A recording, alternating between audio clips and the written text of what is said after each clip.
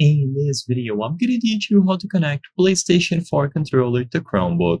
It's a very easy process, so make sure to follow along. Regardless of the model of Chromebook that you have, you can easily connect and use your PlayStation 4 controller.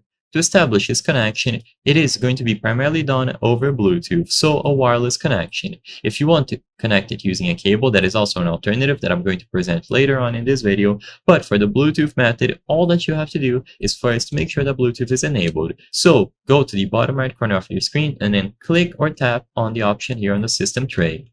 Then this will bring up a lot of settings about the Chromebook, and what you can do here is ensure that Bluetooth is enabled.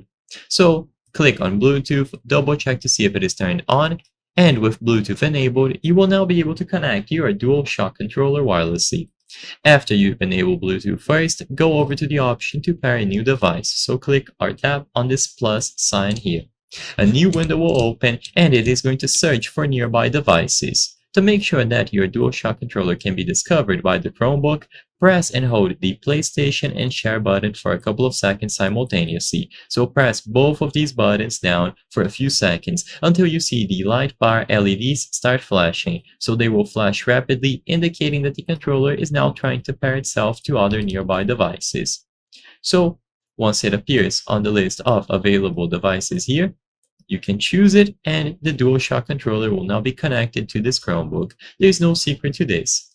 Immediately upon selecting it from the list, it will remain connected, and when you open any game that natively supports controllers, it will be usable.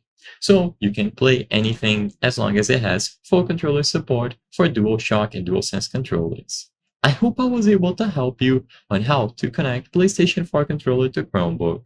If this video helped you, please be sure to leave a like and subscribe for more very easy tips. Thank you for watching.